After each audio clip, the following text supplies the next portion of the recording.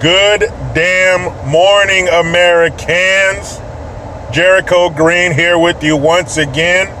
And before I get into the meat of this damn video, California just won't let me rest. Maybe I should change my saying to, I try to be done with California, but they just won't let me.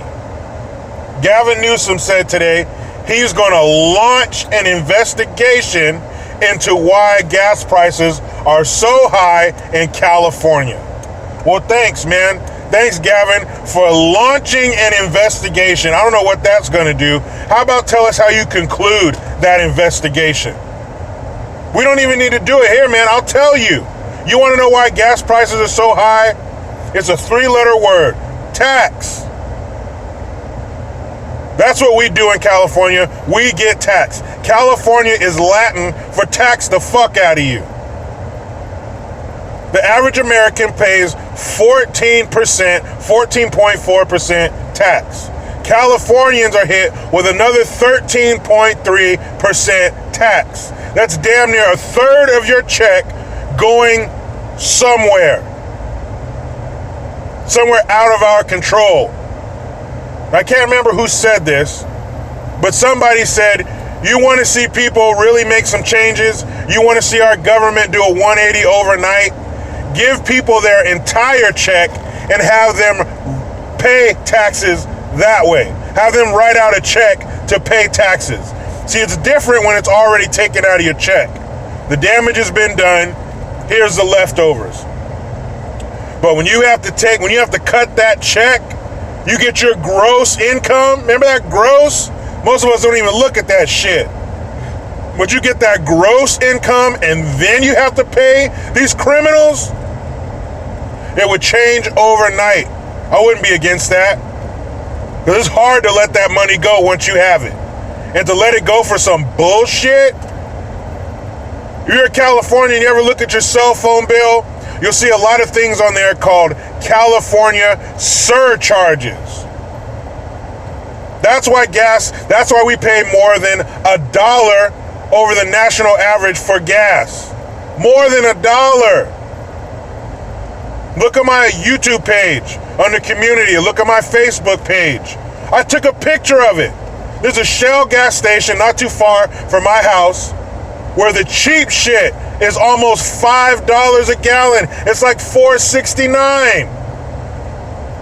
I'm old enough to remember a time when $50 would fill up my car from E. The other day, my wife spent $80 filling up her car. She don't drive a fucking lifted dually. She drives a regular car. $80. In other states, your gas gauge, E is empty, F is full. In California, full stands for, the F stands for fuck. Because if you put that much gas in your car, you're going to look at that pump and say, fuck. $80. But you go ahead and launch your investigation, Gavin. How much is that going to cost? We paying overtime? Who are we paying? How much are we paying them? Is this an organization that already exists, or are you going to create a gas price investigation team? That's more bureaucracy. That's more hands to funnel the money through. That's just more corruption. Damn roads are like driving over river rocks, paying gas prices through the fucking roof. For what? Where are the fruits of my taxes? Launch an investigation. That's politician talk for, I'm going to say this until you don't worry about it anymore, and then I'm not going to do shit.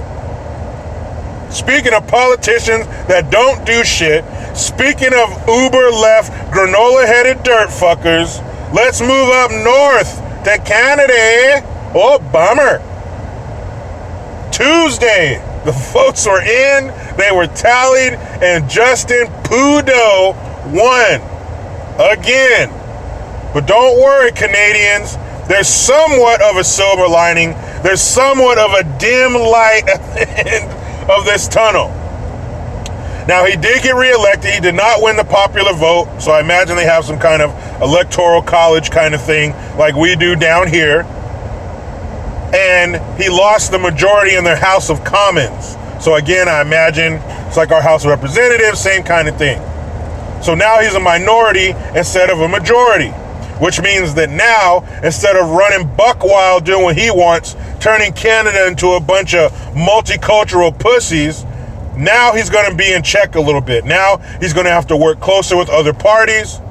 He's going to have to give a little more than he has in the past. Instead of taking, he's going to have to negotiate. They're going to have to come to an agreement. Part of that also includes the USMCA, United States, Mexico, Canada Agreement. Every time I say USMCA, I think about the Beastie Boys. But anyway, so yeah, his power, he's been politically neutered in a sense. Because the Canadian people, as nice as they are, we're sick of this shit. Canadians are about Canadians too. Canadians want their country to be taken care of. They want to be put first by their politicians too. It's not just us. So now Justin Poodeau, Mr. Blackface himself, Al Jolson Jr., is going to have to come to the table and capitulate to the more conservative groups. Now, I don't know how many parties they got up there. I think it's 3 or some shit. But they got tired of him being a rock star, basically. I read an article where they're talking about people didn't like the fact that he was on Rolling Stone magazine. He was gone so much. They wanted him back home doing work, working for his employer, the people who put him in office in the first place. Plus, it was a little tough for him on that campaign trail. Not only was he dealing with his fucking mammy. What a dumbass, man. I thought you'd have a team just combing through shit, making sure those photos didn't see the light of day. What an idiot. Anyway, not only was he dealing with all his black and brown face scandals, but also there was corruption scandal. Him taking vacation to India with his family, and the wrong people were paying for it and shit. And he came out and apologized. Man, that dude, Justin Trudeau, is such a soft, like a hairless pussy. Dude is such. I saw a picture of him dressed in like some Indian garb, and he was looking up like, what the fuck is this dude? Who is this dude? You should see the picture. Like he was at some kind of altar or something, looking up at this whatever god he was worshiping. It's a crazy picture, man. But sorry, Canada, you guys got him for at least another 2 years. But like I said, the silver lining, the dim light at the end of the tunnel. Usually, parties that are in the minority only last for 2 years. So in 2 years, instead of, I think, 4, you can get them out of there. And this time, I think they'll actually do it, because I don't think Trudeau's going to change that much. Why? He's dug himself too deep in the, victimhood, liberal. Let's just open up the borders for everybody, man, and everybody gets free everything, man. He's too far into that. Will he change that much? I don't know, but he's going to have to change some because he lost the majority. So he's going to have to bend to other people's will a little bit. Will it be enough to keep him in office for another 4 years? I don't think so. Because like I said, he lost the popular vote. So people are tired of this shit. It's good to see. Even though he won, a loss for normal Canadians, but in a way it was a win. Because now he has to behave under new rules. Now he's on thin ice, as you would say.